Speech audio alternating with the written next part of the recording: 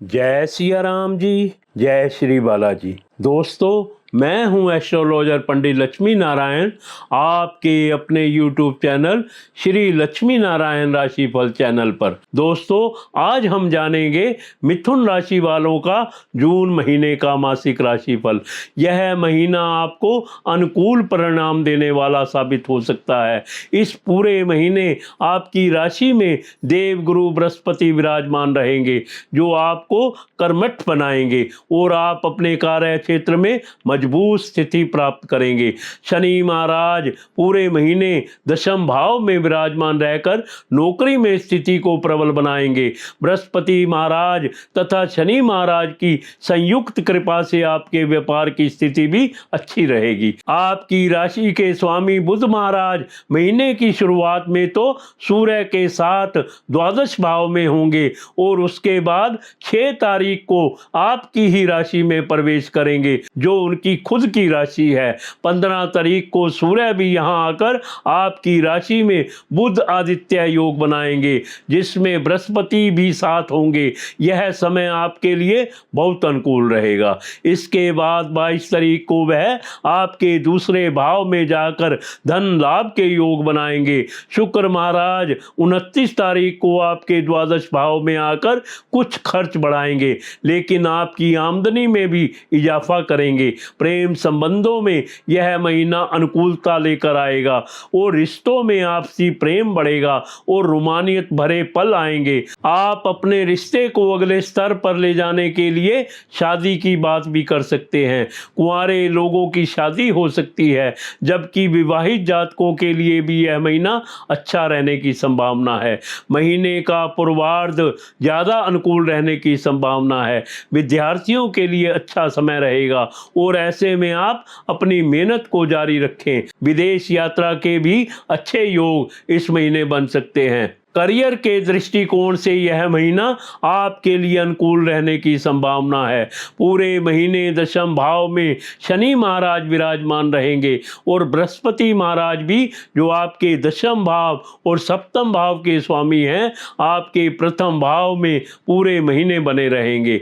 ऐसे में नौकरी और व्यापार दोनों ही क्षेत्र में आपको सफलता मिलेगी और आप दोनों ही क्षेत्र में अपना परचम लहराने में कामयाब रहेंगे।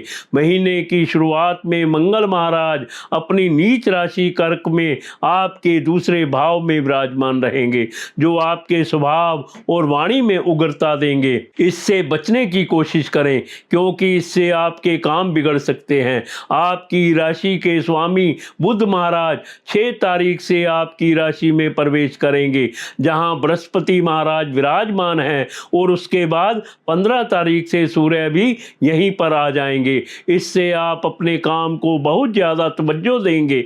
ऐसे में आप अपने काम में अपनी काबिलियत को दिखाएंगे, जिससे आपको बहुत ज़्यादा अच्छा लाभ मिलने के योग बनेंगे। छठे भाव के स्वामी मंगल महाराज का महीने की शुरुआत में दूसरे भाव में होना भी नौकरी से धन लाभ और अच्छी स्थिति को दिखाता है।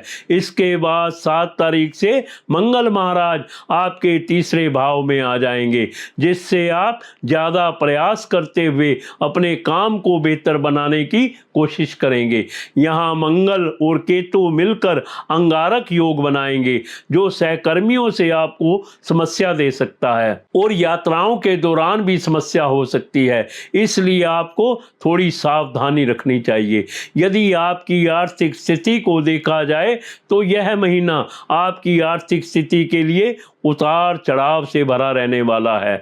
महीने की शुरुआत में बुध और सूर्य महाराज द्वादश भाव में विराजमान रहेंगे और शनि की दृष्टि भी उन पर होगी, जो आपकी आर्थिक स्थिति के लिए थोड़ी समस्या लेकर आ सकती है, क्योंकि आपके खर्चों में बढ़ोतरी होगी।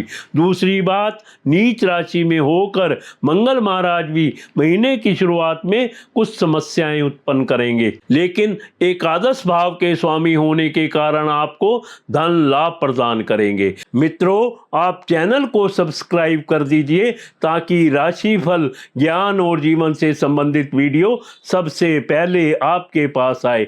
लाइक करें और कमेंट्स बॉक्स में जय सिया राम जी, जय श्री बालाजी लिखें और श्री बालाजी का आशीर्वाद प्राप्त करें। महीने का उत्तरार्ध आपके लिए ज्यादा अनुकूल रहेगा क्योंकि उस दौरान सूर्य और बुध भी द्वादश भाव से निकलकर आपकी ही राशि में आ जाएंगे, जिससे आपको आर्थिक लाभ होने लगेंगे और आपके खर्चों में भी कमी आएगी। एकादश और छठे भाव के स्वामी का दूसरे भाव में होना महीने की शुरुआत में नौकरी से अच्छा लाभ दिला सकता है। उसके बाद मंगल महाराज आपके तीसरे भाव में चले जाएंगे, जिससे आप व्यापार को लेकर जोखिम उठाएंगे और उसमें ज्यादा मेहनत करेंगे। बुध महाराज 22 तारीख से राशि स्वामी और चतुर्थ भाव के स्वामी होकर दूसरे भाव में प्रवेश करेंगे, जो आपको निज प्रयासों और संपत्ति के क्रय विक्रय तथा परिवार की मदद से अच्छा आर्थिक लाभ प्रदान कर सकता है।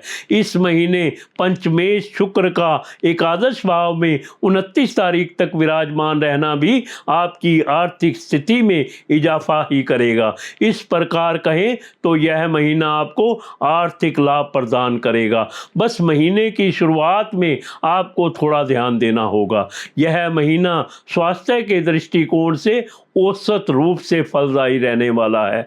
अच्छी बात तो यह है कि बृहस्पति महाराज पूरे महीने आपकी ही राशि में विराजमान रहेंगे, जो आपके स्वास्थ्य को मजबूत बनाएंगे और आपको बीमारियों की चपेट में आने से बचाएंगे। लेकिन महीने की शुरुआत में सूर्य और बुध का द्वादश भाव में होना, राशि स्वामी का द्वादश भाव में संबंध, शनि महाराज की दृष्टि आपके द्वादश भाव पर होने से और दूसरे भाव में मंगल महाराज के उपस्थित होने के कारण आपको कुछ स्वास्थ्य समस्याएं परेशान कर सकती हैं। आंखों में समस्या, रक्तचाप संबंधित समस्याएं और रक्त की अशुद्धि जैसी समस्याएं आपको बार बार परेशान कर सकती हैं। इसके अतिरिक्त जोड़ों में दर्द या नसों से जुड़ी कोई समस्या भी इस दौरान आपकी परेशानी का कारण बन सकती है। इसलिए आपको इन समस्याओं के प्रति सावधानी बरतनी चाहिए और आवश्यक होने पर उपचार करना चाहिए। 7 तारीख से मंगल महाराज आपके तीसरे भाव में केतु के साथ विराजमान होकर अंगारक योग बनाएंगे। यह भी आपके स्वास्थ्य की दृष्टिकोण से अधिक अनुकूल नहीं है। इस दौरान आपके कंधों या कान से जुड़ी किसी समस्या का सामना करना पड़ सकता है। किसी प्रकार की चोट लगने की संभावना भी बन सकती है। आप अत्यधिक आवेश में आकर किसी के लड़ाई झगड़े में शामिल ना हो, अन्यथा आप चोटिल हो सकते हैं। इस समय को सावधानी से बिताएं ताकि शारीरिक क्षति ना हो और अपने स्वास्थ्य का ध्यान रखें।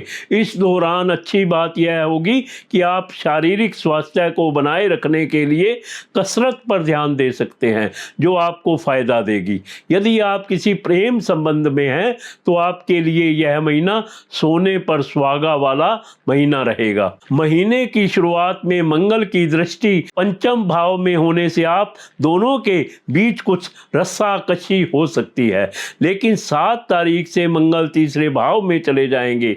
आपके पंचम भाव के स्वामी और प्रेम के कारक ग्रह शुक्र की दृष्टि एकादश भाव से पूरे महीने पंचम भाव पर बनी रहेगी तथा बृहस्पति महाराज भी पंचम और सप्तम भाव को देखेंगे, जिससे आपके प्रेम में वृद्धि होगी। आप एक दूसरे पर जान छिड़केंगे, एक दूसरे की परवाह करेंगे और एक दूसरे के साथ ज़्यादा से ज़्यादा समय बिताना पसंद करेंगे। फिल्में देखना, घूमने जाना और साथ में खरीदारी करना आदि गतिविधियों को अंजाम देंगे, जो आपके बीच प्रेम को बढ़ाने का काम करेगी। आप अपने रिश्ते की बात को आगे बढ़ाएंगे और अपने प्रेम को अगले स्तर पर ले जाने के लिए प्रयासरत रहेंगे। आपके विवाह की बात पक्की हो सकती है और प्रेम विवाह की सौगात आपको इस वर्ष मिल सकती है। जो लोग अभी तक कुंवारे हैं उनके जीवन में कोई व्यक्ति आ सकता है और आपके विवाह की बात चल सकती है। जहां तक विवाहित जातकों की बात है तो बृहस्पति महाराज सप्तम भाव के स्वामी होकर पूरे महीने सप्तम भाव को देखेंगे और शनि महाराज की दृष्टि भी सप्तम भाव पर रहेगी, जिससे आप और आपके जीवन साथी के मध्य आपसी सामंजस्य बेहतर बनेगा और आपका रिश्ता परिपक्व होगा। महीने के उत्तरार्ध में सूर्य और बुध भी बृहस्पति के साथ प्रथम भाव में आकर आपके सप्तम भाव को देखेंगे, जिससे आप अपनी बुद्धिमानी और दृढ़ निश्चय के साथ अपने वैवाहिक जीवन को महत्व देंगे।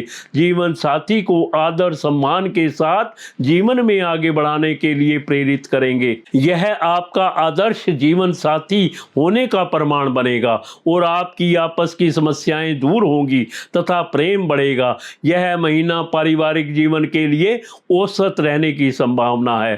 पूरे महीने शनि महाराज की दृष्टि आपके चतुर्थ भाव पर रहेगी और चतुर्थ भाव के स्वामी बुध महाराज महीने की शुरुआत में द्वादश भाव में रहेंगे, जिससे परिवार के लोगों में कुछ बातों को लेकर दूरियां आ सकती हैं।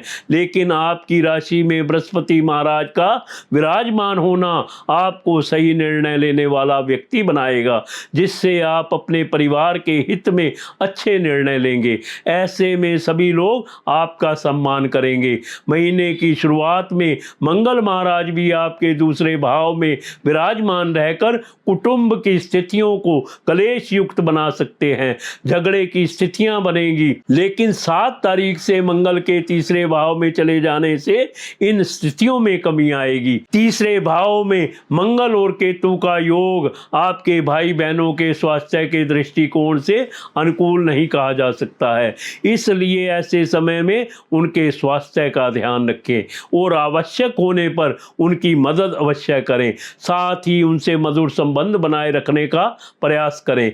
22 तारीख से बुध महाराज आपके दूसरे भाव में प्रवेश कर जाएंगे और यह आपके चौथे भाव और प्रथम भाव के स्वामी भी हैं। इससे आपको पारिवारिक संबंधों में निकटता महसूस होगी, आपस में प्रेम बढ़ेगा, परिवार की आमदनी में भी बढ़ोतरी होगी और आर्थिक स्थिति भी मजबूत होगी, जो परिवार में एकजुटता को बढ़ावा देगी। बृहस्पति महाराज का सहयोग तो आपको मिलता ही रहेगा। आपको महीने के उत्तरार्ध में अपने पिताजी के स्वास्थ्य का ध्यान रखना होगा। अब मैं बड़े ही आसान से कुछ उपाय बताऊंगा जिन्हें करके आप ग्रहों को प्रसन्न कर सकते हैं। कपूर और रोली को जलाकर उसकी राख को एक कागज में रख लें और उसे अपनी दुकान या घर के उस स्थान पर रखें जहां आप अपना धन रखते हैं। आपको शनिवार के दिन नीले पुष्प श्री शनिदेव जी महाराज को अर्पित करने चाहिए। साथियों, अगर आप कुंडली दिखाना चाहते हैं या मुझसे बात करना चाहते हैं तो आपके फोन स्क्रीन पर नंबर दिए गए हैं, आप मुझसे संपर्क कर सकते हैं। साथियों, आप वीडियो को अपने मित्रों और सगे संबंधियों के साथ जरूर शेयर करें। इसके साथ ही मैं अपनी वाणी को विराम देता हूं। कल फिर मिलेंगे अगली वीडियो में। जय सिया राम जी, जय श्री बालाजी।